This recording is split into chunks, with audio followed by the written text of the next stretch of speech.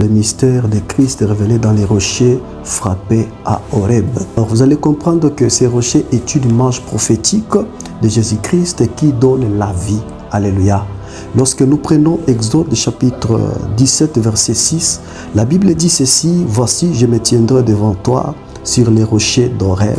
Tu frapperas les rochers et il sortira de l'eau et le peuple boira. Ces rochers est une image prophétique de Jésus-Christ qui donne la vie. Christ est révélé dans les rochers frappés à Horeb. Les rochers que Moïse avait frappés étaient Christ. Il a fallu que Moïse frappe les rochers qui est Christ pour que Christ puisse sortir de l'eau, et cette eau, c'est l'eau de la vie. Christ a été fouetté, l'eau et le sang est sorti pour nous sauver.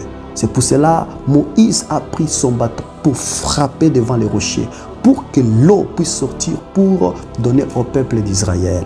Prophétiquement, cela annonçait la croix. Jésus a été frappé, blessé pour que l'eau puisse sortir. C'est pour cela qu'il a fallu que Moïse puisse frapper les rochers pour que l'eau sorte pour nourrir le peuple d'Israël. En Ésaïe chapitre 53 verset 5, la Bible nous dit qu'il a été blessé pour nos péchés, brisé pour nos iniquités. Le châtiment qui nous donne la paix est tombé sur lui. J'aimerais dire à quelqu'un, le châtiment c'est la punition. Le châtiment c'est les fautes que l'homme pouvait recevoir.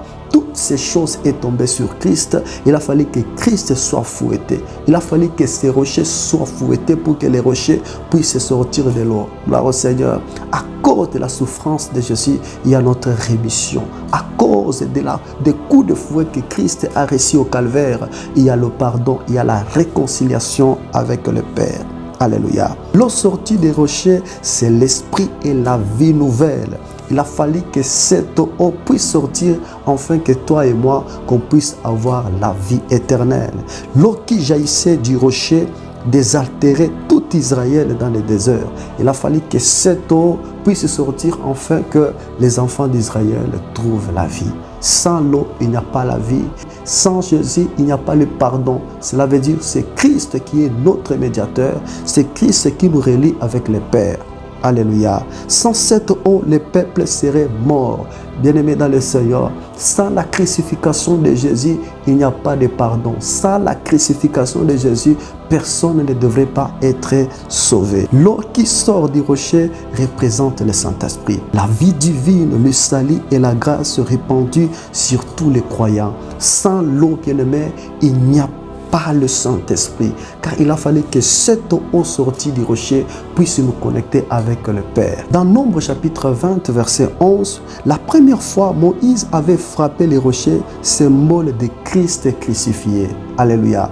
Christ devrait être crucifié une seule fois. La deuxième fois, Dieu dit à Moïse de parler devant les rochers. Il ne fallait pas que Moïse puisse frapper les rochers deux fois. Non, Christ devrait être crucifié une seule fois. Bien-aimé dans le Seigneur, la désobéissance devant Dieu amène la mort. Moïse a désobéi à la voix de l'Éternel. Voilà pourquoi il n'a pas pu entrer dans le pays promis. Christ ne devrait pas mourir deux fois. À cause de la mort de Christ, nous relie avec le Père. Hébreux chapitre 9, verset 28, la Bible nous dit: de même, Christ s'est offert une seule fois pour porter des péchés de plusieurs, apparaîtra sans péché une seconde fois à ceux qui l'attendent pour leur salut. Après la croix, il n'y a plus donc maintenant aucune condamnation. En Christ, nous sommes justifiés. En Christ, nous sommes sauvés. Pourquoi? Parce qu'il a fallu que Christ soit crucifié une seule fois pour nous ramener à la repentance, nous ramener à la sainteté. Frapper de nouveau les rochers, c'est comme vouloir crucifier encore Christ.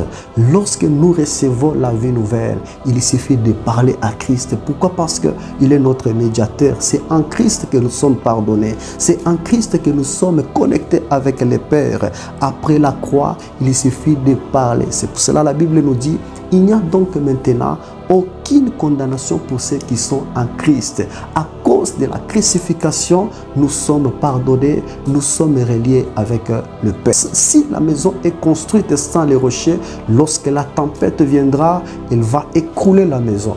Lorsque ta foi est construite sur les rochers, même la tempête qui peut venir, tu resteras ébranlable. Le vent ne peut jamais te bouger, le vent ne peut jamais te secouer. Pourquoi? Parce que tu es assis sur le véritable rocher. Or, le véritable rocher que je parle à quelqu'un, c'est Jésus-Christ de Nazareth. Lorsque ta foi est assise sur Jésus, tu ne peux jamais être secoué. Peu importe la tempête, peu importe la sollicitation du monde, ne peut jamais t'écrouler. Pourquoi? Parce que tu as les fondements. Les fondements, c'est en Jésus-Christ. Les coups, c'est la croix. Bien-aimé dans le Seigneur, il a fallu que Jésus puisse recevoir les coups. Bien-aimé, quand Moïse frappait les rochers à Horeb, cela préfigurait déjà Christ crucifié à la croix de Golgotha. Jésus a porté le fardeau, Jésus a porté le châtiment. Il a porté nos défauts, toutes choses qui devraient être sur nous, mais il a porté à la croix de Golgotha. À cause de la croix, bien-aimé, nous sommes justifiés. À cause de la croix, nous sommes pardonnés. L'eau représente l'esprit, la vie, le salut pour tous ceux qui croient. À cause de l'eau sortie à la croix de Golgotha, il y a notre pardon, il y a notre reconnexion avec le Père. Aujourd'hui, reçois Jésus.